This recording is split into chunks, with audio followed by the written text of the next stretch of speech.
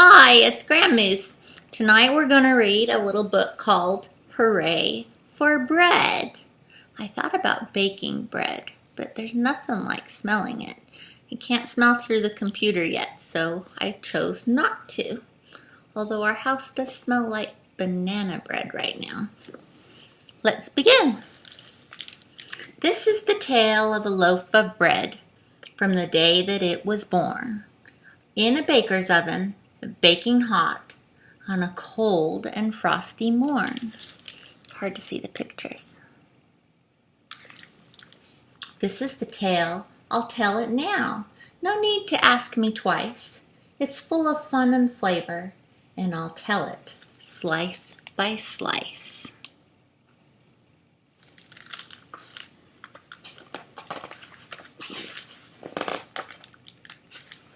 Hooray for Bread by Alan Auberg and illustrated by Bruce Ingman.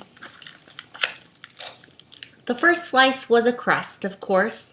The baker ate it early. He loves its crusty crunchiness, and it made his hair all curly. Maybe that's why my hair is curly.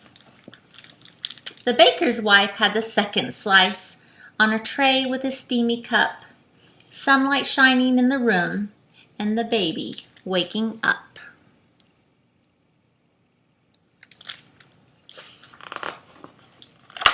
The next two slices made a pair with butter, cheese, and ham, a sandwich for the baker's boy and the baker's boy's dog, Sam.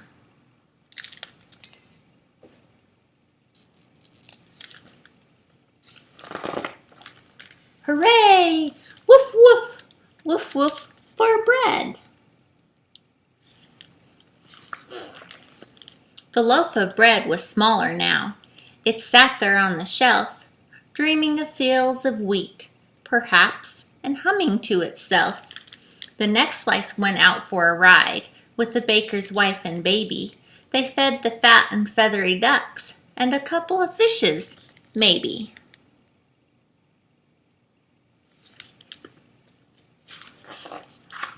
Hooray, quack, quack, quack for bread.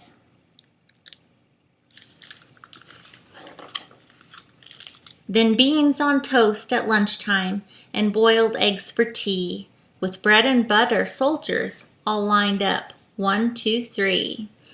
2 slices, though, I have to say, were unaccounted for. They somehow sort of disappeared.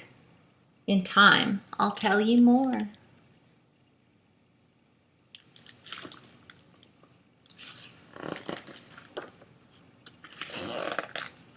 The loaf, meanwhile, was a shadow of the loaf we've come to know. It lay there on the breadboard with its streams, perhaps, of dough. But see, the tale is almost told. There's little more to come.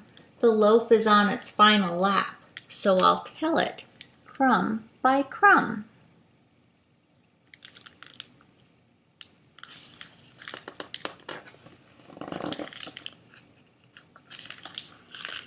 The crumbs are on the breadboard, the windows open wide, the beady birds are waiting on the garden wall outside.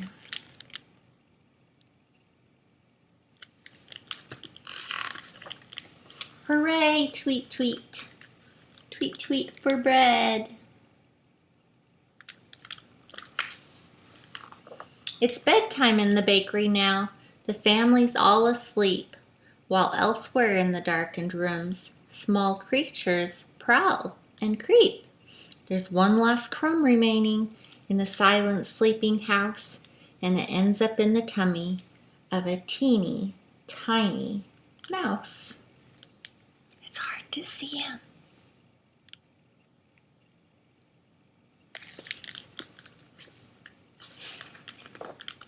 Those missing slices, by the way, have not gone far.